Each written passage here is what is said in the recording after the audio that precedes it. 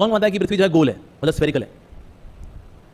पर इसके अनुसार क्या बता रहा है? पृथ्वी फ्लैट है। फ्लैट होगी तो समुद्र है किनारे किनारे, यहां से बह गया तो पृथ्वी फ्लैट है। कौन मानता है पृथ्वी फ्लैट है? क्योंकि हमने जहां देखा हमको फ्लैट ही दिखती है भाई, हमको ऐसे गोल दिखता नहीं है भाई। तो पृथ्वी एक्चुअली गोल ही है, पृथ्वी गोल है। एक्चुअली वास्तव में जो भूमंडल है वो फ्लैट है, भूमंडल इज फ्लैट। प्रभु जी तो भूमंडल और पृथ्वी में भला क्या अंतर है? तो ये जो है वास्तव में भूमंडल है। भूमंडल में के सेंटर में आता है मेरू पर्वत ऐसे निकला हुआ है, जो कि यहां से है 16 योजन, यहां से है 32 योजन, इसकी यहां रखी हुई है पृथ्वी स्फेरिकल इन शेप। इसके बाहर आता है सॉल्ट ओशन। फिर सॉल्ट ओशन के बाद एक और जो द्वीप आता है उसका नाम है पलाक्ष द्वीप। पलाक्ष द्वीप ये पृथ्वी पर नहीं है, पलाक्ष द्वीप जो है भूमंडल पर है, पर पलाक्ष द्वीप पृथ्वी में नहीं है। उसके बाद फिर अगला जो ओशन आता है पलाक्ष द्वीप के बाद, वो है गन्ने के जूस का ओशन। प्रभु जी ये तो हमने कभी देखा ही नहीं, क्योंकि ये पृथ्वी पर है ही नहीं। इट इज पार्ट ऑफ भूमंडल। भूमंडल ऐसा है मानो बीच में द्वीप, फिर समुद्र, फिर एक और द्वीप, फिर एक और समुद्र, फिर एक और द्वीप, फिर एक और समुद्र, फिर एक और द्वीप, ऐसे 7 कॉन्सेंट्रिक द्वीप, द्वीप ओशन, द्वीप ओशन, द्वीप ओशन, द्वीप ओशन, द्वीप ओशन ऐसे चलता है। तो इसलिए जो सबसे जो मध्य का भाग है भूमंडल में जो द्वीप है, उसके बाद फिर आता है सॉल्ट ओशन। सॉल्ट ओशन के बाद फिर आता है पलाक्ष द्वीप। पलाक्ष द्वीप के बाद फिर एक और समुद्र आता है, वो समुद्र है गन्ने के जूस का ओशन। अब यहाँ पर आपको निकालना पड़ता है ना, गन्ना लेकर के बाजार क्रश करता है, हाँ समुद्र ही है, गिलास लो, जय हो प्रभु। फिर उसके बाद एक और द्वीप आता है, दैट इज शालमली द्वीप। शालमली द्वीप के बाद फिर एक और ओशन आता है, वो आता है मदिरा का ओशन। ठीक है जी। फिर मदिरा के ओशन के बाद फिर एक और द्वीप आता है, उसका नाम है कुशा द्वीप। फिर कुशा द्वीप के बाद फिर एक और ओशन आता है, वो जो है घी का ओशन है, देसी गाय के घी का ओशन। वाओ क्या बात है। उसके बाद फिर आता है क्रौंच द्वीप। फिर क्रौंच द्वीप के बाद फिर एक और ओशन आता है, वो है दही का ओशन। फिर दही के ओशन के बाद फिर एक और द्वीप आता है, उसका नाम है शाक द्वीप। और शाक द्वीप के बाद फिर आता है दुग्ध का ओशन। ठीक है जी। उसके बाद फिर आता है पुष्कर द्वीप। फिर पुष्कर द्वीप के बाद फिर एक और आता है सी ऑफ प्योर वाटर, साफ पानी का समुद्र। यहां जो बताया जा रहा है कि कभी सागर भी बह करके बाहर नहीं जाता, इसका मतलब सिर्फ यहां पर नमक के सागर की बात नहीं हो रही, यहाँ शुगर केन जूस के सागर की बात भी हो रही है, यहाँ दारू के सागर की बात भी हो रही है, यहाँ घी के सागर की बात भी हो रही है, दूध के सागर की बात भी हो रही है। तो यहाँ जितने सागर हैं ये सब के सब अपनी बाउंड्री को पार नहीं करते। अब ये हालांकि साइंटिस्ट जो है इसको माइथोलॉजी मानते हैं, पर असल में क्योंकि ये सारे द्वीप और सारे के सारे जो ओशंस हैं ये डिफरेंट डायमेंशन में एग्जिस्ट करते हैं, यानी पृथ्वी की डायमेंशन में एग्जिस्ट नहीं करते, इसलिए हम इनको देख भी नहीं पाते। जैसे ब्रह्मांड में देखा जाए हम कई चीजें नहीं देख सकते। तो इसलिए जितने भी हमारे इंस्ट्रूमेंट्स हैं जो कि जाके तस्वीर खींचते भी हैं, वो तस्वीर कितनी रिलायबल है बहुत बड़ा क्वेश्चन मार्क है वो, क्योंकि उस जाके एटमॉस्फेयर में जो गैसेज हैं दे आर लाइक मीडियम, हमारे और उस चीज को पिक्चर को लेने में दे आर लाइक मीडियम। तो इसीलिए वो कितनी सच है नहीं कह सकते। कौन से एटमॉस्फेयर में there is sulphuric acid, sulphuric acid in gaseous form, जहां पे लेके आप सांस नहीं ले सकते, ऐसे हैं जैसे वीनस मेरे ख्याल से है, वहां पर जो एटमॉस्फेयर है वो सल्फ्यूरिक एसिड का है। अब लोग वहां पर प्राणायाम करो जरा एक बार, वहां पर एक ही बार में निपट जाएंगे हम। तो इसीलिए किस प्लैनेट पे कहां पर क्या है कुछ नहीं कह सकते। अभी हमारी पृथ्वी का हाल है, ये तो हमारी पृथ्वी और उसके सोलर सिस्टम का हाल है। तो इसीलिए ये जो चीजें बताई जा रही है, आज मैंने बताया इतने सारे द्वीप हैं, फिर उनमें इतने सारे ओशंस हैं। साइंटिस्ट वैदिक नॉलेज को जज तो ऐसे करते हैं मानो सब कुछ खोज चुके हैं, इतना सा नॉलेज है उसमें भी गलतियां निकलती हैं। मतलब ऐसे कांस्टेंट भी ऐसे स्टीफन्स कांस्टेंट है, उसमें हर बार कुछ ना कुछ साइंटिस्ट आके ऐड कर देता है, कहते नहीं इसमें एक और ये चीज होनी चाहिए। तो कभी वैज्ञानिक कम्युनिटी में भी लोग मजाक उड़ाते हैं, कभी ये स्टीफन्स कांस्टेंट है या स्टीफन्स वेरिएबल है जो बदलता रहता है। हर बार साइंटिस्ट आएगा पीएचडी करेगा, नहीं इसमें कुछ और डालो, प्लैंक्स कांस्टेंट में थोड़ा और चेंज करने का। सो कांस्टेंट भी कांस्टेंट नहीं रहते विज्ञान की दुनिया में, दे आर कॉन्स्टेंटली चेंजिंग। तो इसलिए सबका सब जो है काल्पनिक बातें हैं। अब उनका अभी तो साइंटिस्ट ये भी मानना है कि क्योंकि ग्लोबल वार्मिंग हो रही है, इसी वजह से बर्फ पिघल रही है ध्रुवीय प्रदेशों में, जो पिघलेगी तो समुद्र का स्तर बढ़ जाएगा, फिर जितने भी तटीय प्रदेश हैं जैसे मुंबई हो गया, हैदराबाद हो गया, ये सब जितने किनारे किनारे हैं ये सब डूब जाएंगे। अब तो वैज्ञानिक बीच में बोलते रहेंगे अब फला फला एस्ट्रॉइड है वो पृथ्वी की ओर बढ़ रहा है और फिर 2012 में पृथ्वी खत्म हो जाएगी। और दिसंबर का महीना आया, 2012 बीत गया, फिर साइंटिस्ट ने कहा वो एकदम बगल से निकल गया है, इस बार तो हम तुक्के से बच गए। अब अगला वाला जो आ रहा है 2015 में आ रहा है, इस बार पता नहीं क्या ही होगा। अनुमान लगाया जा रहा है हो सकता है पृथ्वी के बहुत नजदीक से गुजरे, हो सकता है पृथ्वी से टकरा जाए, लेकिन वो भी बगल से निकल जाता है। अभी तक ये कोई टकरा ही नहीं रहा है, मतलब क्योंकि जो एथिस्टिक वैज्ञानिक होते हैं उनके अनुसार पृथ्वी जो पूरे जो ब्रह्मांड है वो तुक्के में चल रहा है, तुक्के में कुछ भी हो सकता है, तुक्के से हो रहा है ये, तुक्के से हो रहा है वो। उनके भगवान का नाम है तुक्का महाराज, सब कुछ तुक्के से हो रहा है। पृथ्वी भी तुक्के से घूम रही है, तुक्के से एस्ट्रॉइड टकरा जाते हैं, तुक्के से सब हो जाता है। तुक्के से नहीं होता सर, भगवान के भय से होता है, मज्जति यद भयात, भगवान की इच्छा से होता है। जैसे देखिए सूर्य है, Surya is the original source of fire, लेकिन सूर्य के अंदर शक्ति किससे आती है? सूर्य नारायण से। Surya Narayan is expansion of Krishna. तो Suryadev is always worshipping Surya Narayan. अगर कोई जाके ऑल्टर में अगर हम कभी जा सकें, क्योंकि पूरा जो सूर्य है अग्नि का है, तो जिनका शरीर अग्नि तत्व का बना हुआ है दे कैन एंटर सन। जैसे हमारी बॉडी पृथ्वी तत्व की है तो हम पृथ्वी पे, तो ऐसी लिविंग एंटिटीज जिनका शरीर अग्नि तत्व का बना हुआ है दे कैन स्टे इन सन। तो वहां पर जो सूर्यदेव है उनका शरीर भी अग्नि तत्व का बना हुआ है और वो पूजा करते हैं। उनका ऑल्टर जो है उसमें जो सबसे जो मेन डीटीज है वो है सूर्य नारायण।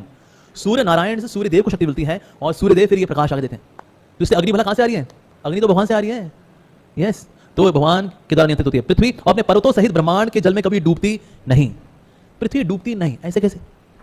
पृथ्वी कैसे जल में डूब जाएगी? पृथ्वी का आसपास जल है क्या? पृथ्वी तो खुद जल तो उसका खुद का पार्ट है, कोई अपने में डूब के कैसे मर जाएगा? जैसे मेरे हाथ में ऐसा हो पानी, मैं इसमें डूब के कैसे मरूंगा? मैंने खुद रखा हुआ इसको। सो पृथ्वी वास्तव में इसमें डूबती नहीं है। जैसे प्रभुपाद जी बता रहे हैं कि आधा जो ब्रह्मांड है वो जल से भरा हुआ है। अच्छा, जल वाला कहां से आया? इतना जल कहां से आ गया? This comes from the perspiration of the Lord. भगवान इतना पसीना निकाल सकते हैं, हम निकाल सकते हैं ना? इतना पसीना कितना निकाल लेंगे? शर्ट गीली हो जाएगी, एक बार हार के सो जाएंगे। आधा ब्रह्मांड इज फिल्ड विद वाटर, उस पर रहते हैं गर्भदक्षा विष्णु। और फिर उसके बाद उनकी नाल जो नाभि है, इससे जो नाल निकलती है, इसमें आते हैं 10 प्लैनेट्स। ठीक है जी। तो पृथ्वी के नीचे के 7 प्लैनेट्स, उसके ऊपर के प्लैनेट भूर भुवर स्वर्ग, ये 10 प्लैनेट हो गए। ये आते हैं डंठल के अंदर और कमल के अंदर। उसके ऊपर जो 4 प्लैनेट हैं वो फिर डंठल में नहीं आते, यानी कि महरलोक, जनलोक, तपोलोक और ब्रह्मलोक। तो 10 जो लोक हैं वो तो आते हैं जो नाभि से जो नाल निकल रही है।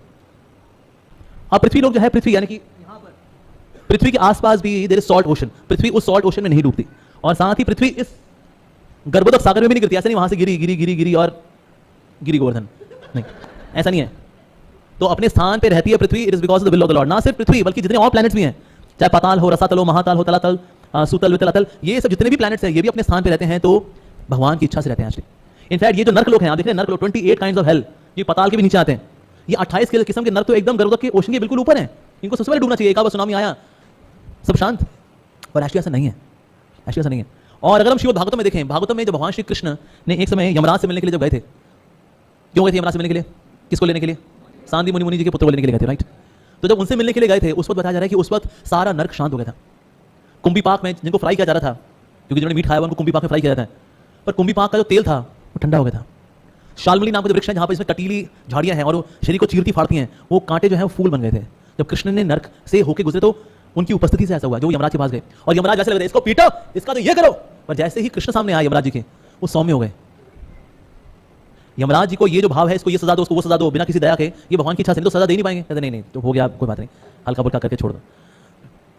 सो वाइल पनिशिंग, सजा देते हुए जितने जो यमराज हैं वो दया नहीं दिखाते, लेकिन ये भगवान की इच्छा से होता है। यमराज वाज वेरी क्रूर मूड में थे, वो सौम्य हो गए। यमदूत जो है पीटना भूल गए, ऐसा हो गया था। और जितने पापी वहां पर थे सबके सब प्रभु प्रभु प्रभु कर रहे थे। इन लोग कभी जीवन में प्रभु प्रभु नहीं किया था इन्होंने। इन लोग कितना भक्त ने बोला कुछ प्रभु क्या करो, चलना प्रभु। तो कृष्ण तो नर्क जाकर के भी वहां नर्क का स्वभाव बदल दिया, यमराज का भाव बदल दिया। और यमराज से बोला कि आप यहाँ पर आए तो किसी विशेष प्रयोजन से आए होंगे, क्योंकि आपको अगर नर्कवासियों को निकालना यहाँ से, उसमें तो आपका नाम काफी, आपको व्यक्तिगत रूप से आने की आवश्यकता है ही नहीं। आपको तो कोई नाम ले लें, नर्क से मुक्ति हो जाए उसकी, लेकिन आप खुद आए हो, यानी आप किसी और विशेष प्रयोजन से यहाँ पर आए हो। यमराज जी ने बोला मुझको तो यहाँ से एक ही प्रयोजन दिखता है, आप मेरा कल्याण करने के लिए यहाँ पर आए हो। तो इससे मृत्यु भी अगर चल रही है, मृत्यु कुछ नहीं कर सकती कृष्ण। जो यमराज जिनको प्रणाम करे, प्रभु the god of death pays obeisance to Krishna, तो इससे everything is under control of Krishna. तो इससे पर्वतों सहित ब्रह्मांड में के जल में कभी डूबती नहीं है। यस, कभी कुछ नहीं डूबता। Gravitational force, even gravitational force भी देखा जाए कि कहां से आई, चाहे तो ना भी हो, लेकिन ये भगवान की इच्छा से है। इवन ग्रेविटेशनल पुल, ना पृथ्वी नीचे गिरती है ना इस तरफ गिरती है, कुछ भी नहीं होता। ऐसे कैसे हो जाता है? तो इसलिए ब्रह्मांड को लेकर नई नई थ्योरीज आती रहती है। साइंटिस्ट मानते हैं 11 डायमेंशंस, कुछ बोलते हैं 10 डायमेंशंस हैं, कुछ बोलते हैं मोर डायमेंशंस। तो नई नई थ्योरी करते रहेंगे, लेकिन जब तक भगवान को स्वीकार नहीं करेंगे, मज्जति यद भया, जब तक ये नहीं मानेंगे तब तक जो है थ्योरी नई नई निकलती रहेंगी। तो जो साइंटिस्ट हैं इस जगत के जितने लॉज हैं उनको खोज पाते हैं, बनाते नहीं है। आइजैक न्यूटन ने सेब गिरता देखा था तो लॉ ऑफ ग्रेविटेशन उससे पहले भी था, उन्होंने लॉ ऑफ ग्रेविटेशन को डिस्कवर किया था, खोजा था। पर ऐसा नहीं था कि इससे पहले सेब हवा में उड़ जाया करते थे। भाई न्यूटन ने देखा तब से नीचे गिरना शुरू हुए, ऐसा नहीं है, उसके पहले भी सेब नीचे गिरते थे। तो लॉ ऑफ ग्रेविटेशन तो उस वक्त भी था, तो पृथ्वी ऐसे नीचे गिरता है हर चीज। पर वास्तव में सब कुछ होता है तो किसकी इच्छा से होता है? भगवान की इच्छा से होता है। तो भगवान नियंत्रक है, जब तक वो स्वीकार नहीं करेंगे भगवान की भक्ति शुरू होती नहीं है। यस, लेकिन ऐसे लोग जो कि आसुरी भाव के होते हैं वो ऐसी थ्योरी निकालते रहते हैं। क्यों? क्योंकि ये इनके प्रकार बस भगवान को नलीफाई करना, बस ये द्वेष है भगवान से।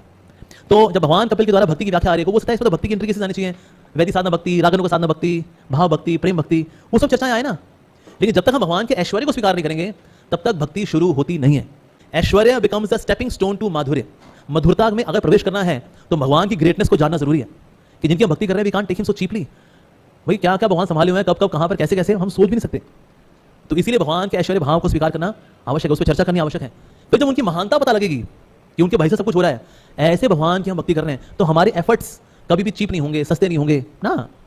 इसलिए बहुत जरूरी है भगवान की महानता को जानना। तो यहाँ जब हमने चर्चा की भगवान के भय से नदियां बहती हैं, सागर कभी भर करके बाहर नहीं बहते। ओके, उनके भय से अग्नि जलती है, पृथ्वी अपने पर्वतों सहित ब्रह्मांड के जल में डूबती नहीं है।